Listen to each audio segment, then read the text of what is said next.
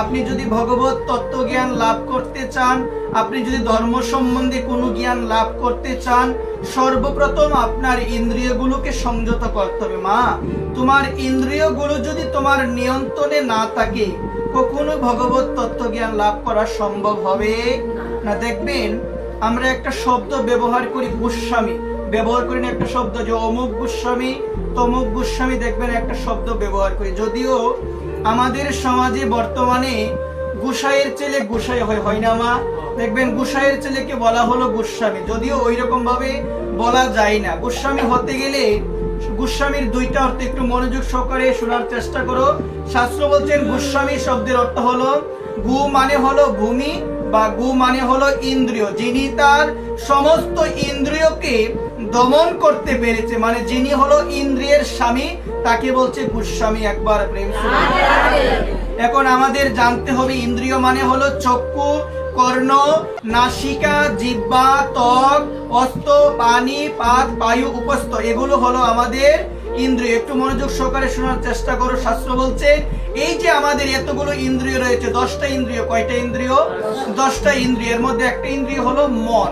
এই মন হলো উভয় ইন্দ্রিয়, মানে সমস্ত ইন্দ্রিয়ের রাজা হলো মন। সমস্ত ইন্দ্রিয়ের কি বলো সবাই? রাজা হলো আমাদের মন। আমাদের চক্ষু হলো একটা ইন্দ্রিয়, আমাদের কর্ণ হলো একটা ইন্দ্রিয়, আমাদের জিহ্বা ইন্দ্রিয়, নাক, ত্বক, তারপরে হস্ত, পানি, পদ, বায়ু, উপস্থ, সমস্তগুলো হলো ইন্দ্রিয়। এখন যে ব্যক্তি তার সমস্ত ইন্দ্রিয়গুলোকে নিজে দমন করতে পেরেছে, নিজে নিয়ন্ত্রণ করতে পেরেছে, শাস্ত্র বলছে ওই ব্যক্তি হলো গোস্বামী, মানে ইন্দ্রিয়ের স্বামী। একবার। এখন আমাদের করণীয় হলো, যদি দুইটা চোখ আমাদের নিয়ন্ত্রণে থাকে, যে দুইটা চোখ আমার নিয়ন্ত্রণে থাকার অর্থ হলো এই দুইটা চোখ দিয়ে সর্বদা আমি আমার প্রাণ গোবিন্দকে দর্শন করব। এই দুইটা চোখ দিয়ে সর্বদা আমি আমার করুণাময়ী রাধারানীর শ্রী চরণ কমল দর্শন করব। এই দুইটা চোখ দিয়ে সর্বদা আমি ভক্তদের শ্রী বদন দর্শন করব। একবার প্রেম। এখন দেখা গেল এই সমাজের মধ্যে এই দুইটা চোখকে আমরা অনেকেই নিয়ন্ত্রণ করতে পারি না। দুইটা চোখ সর্বদা আজে বাজে কুদৃশ্য দেখার জন্য তৎপর হয়ে থাকে। তাহলে আমাকে কি গোস্বামী বলা যাবে মা? বলা যাবে না। যদিও আমাদের সমাজে গোসাইয়ের ছেলে গোসাই হয়ে যায়, আমরা বলে দিচ্ছি গোস্বামী অমুক গোস্বামী তমুক গোস্বামী, কিন্তু শাস্ত্র বলছে এই যে গোস্বামী শব্দটা, এটা তাদের ক্ষেত্রে ব্যবহার করা যায় যারা চোখকে নিয়ন্ত্রণ করতে পেরেছে। মানে চোখকে বলবে, চোখ তুমি খারাপ কিছু দেখতে পারবে না, তুমি সর্বদা ভগবানকে দেখবে, তুমি সর্বদা ভক্তদের শ্রী চরণ কমলের দিকে তাকিয়ে থাকবে, তুমি সর্বদা ভক্তদের শ্রী বদনের দিকে তাকিয়ে থাকবে।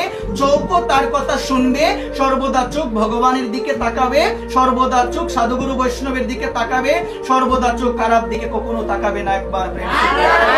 তো এটা হচ্ছে ইন্দ্রিয়কে দমন করা, যে আমি আমার চোখটাকে নিয়ন্ত্রণ করতে পেরেছি। আমি যা বলি আমার চোখ তাই শুনে, আমি যা বলি আমার চোখ তাই শুনে, অন্য কোনো কিছু দেখে না যেটা আমি বলি না। একবার প্রেম। তারপরে বলছে চক্ষু, কর্ণ, নাসিকা, জিহ্বা। তো কর্ণ মানে হলো কান, যে আজে বাজে কথা শ্রবণ করা যাবে না। আমার মহাপ্রভু চৈতন্য চরিতামৃতে তিনি বলছেন, কি বলছেন? কৃষ্ণদাস কবিরাজ গোস্বামী পাদ ব্যক্ত করে দিয়েছেন যে গ্রাম্য কথা না কহিবে, গ্রাম্য কথা না শুনিবে। আমার মহাপ্রভু বলছেন কৃষ্ণ কথা ব্যতীত অন্য কোনো কথা বলা যাবে না, অপ্রয়োজনীয় কোনো কথা বলা যাবে না। মনে রাখবেন, সব থেকে বুদ্ধিমান জগৎ থেকে যে ব্যক্তি তার মুখটাকে দমন করতে পেরেছে। একবার প্রেম। সমাজে অনেক মানুষ আছে, দেখবেন বেশি বেশি কথা বলে, অযথা কথা বলে, যে কথার কোনো প্রয়োজন নেই সেই কথা বলে। কিন্তু মা মনে রাখবে, সর্বদা মুখটাকে নিয়ন্ত্রণে রাখতে হবে। মনে রাখার চেষ্টা করবে, দুইটা কারণে আমাদের আয়ু কমে। কয়টা কারণে বলো সবাই? এর মধ্যে একটা হলো অতি বেশি খাওয়া, আর একটা হচ্ছে অতি বেশি বলা। যদি তুমি বেশি কথা বলো তোমার আয়ু কমবে, যদি তুমি বেশি বেশি অত্যাধিক পরিমাণে তুমি আহার করো তোমার আয়ু কমবে। একবার।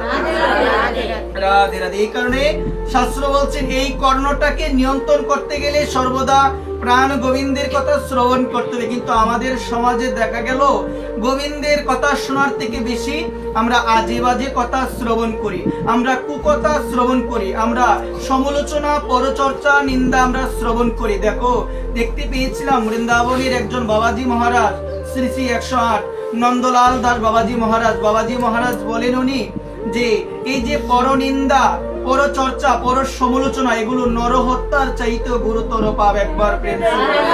যারা ভক্ত, যারা রাধারানীর ভক্ত, আমার গোবিন্দের শুদ্ধ ভক্ত, তারা কখনো পরচর্চা করবে না, পর বিষয়ে আলোচনা করবে না, সর্বদা আত্ম বিষয়ে আলোচনা করবে। কারণ আমার পূজ্যপাদ বাবাজি মহারাজ বলছেন, সর্বদা যদি অন্যের দোষ অনুসন্ধান করো, বুঝতে হবে এখনো রাধারানীর কৃপা পাও নাই, বা কৃপাটা দুয়ারে এসে দাঁড়িয়ে আছে, তোমার হৃদয় মাঝে পৌঁছায় নাই। যদি হৃদয় মাঝে পৌঁছাতো, তাহলে তোমার পক্ষে অন্য কোনো ভক্তের নিন্দা করা কখনো সম্ভব হতো না। একবার প্রেম করে।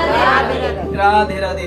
এই কারণে বলছেন এই কর্ণটাকে নিয়ন্ত্রণ করতে হবে, যে কর্ণকে শাসন করতে হবে। নিন্দা হচ্ছে হে কর্ণ, তুমি সেই নিন্দা শুনিও না।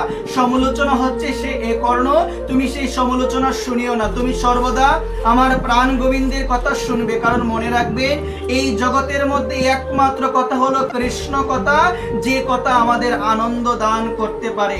আমরা দেখতে পেয়েছিলাম মা আনন্দময়ী বলেছেন, কৃষ্ণ কথাই হলো কথা, আর বাকি সব হলো বৃথা এবং ব্যথা। এই জগতের মধ্যে একমাত্র কথাই হলো কার কথা?